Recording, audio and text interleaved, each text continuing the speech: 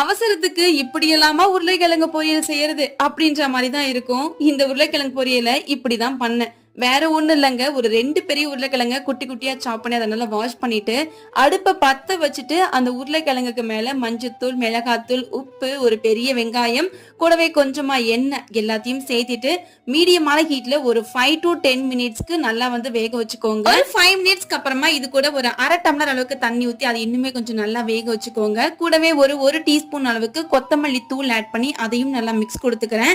இந்த உருளைக்கிழங்கு அப்படியே நார்மலா எண்ணெயில வேக வச்சீங்கன்னா அந்த அளவுக்கு சாஃப்டா இருக்குமான்னு தெரியாது. ஆல்ரெடி அதுக்கும் ஒரு ரெசிபி போட்டிருக்கேன். இப்போ கடைசியா உப்பு காரம் எல்லாமே சரியா இருக்கான்னு பார்த்துட்டு உருளைக்கிழங்கு நல்லா சாஃப்டா வெந்ததுக்கு அப்புறம் டச்சப்காக கொஞ்சமா கொத்தமல்லி இலை, கூடவே ஒரு அரை டீஸ்பூன் அளவுக்கு எண்ணெய் ஊத்தி இப்ப எல்லாத்தையும் பெரட்டிட்டு நல்ல சுட சுட தயிர் சாப்பாடு கூட வச்சு சாப்பிட்டா அட்டகாசமா இருந்ததுங்க. பொறுமையா பண்ணியிருந்தா கூட இந்த டேஸ்ட் வருமாங்க, அது டவுட் தான். நீங்களும் ட்ரை பண்ணி பாருங்க.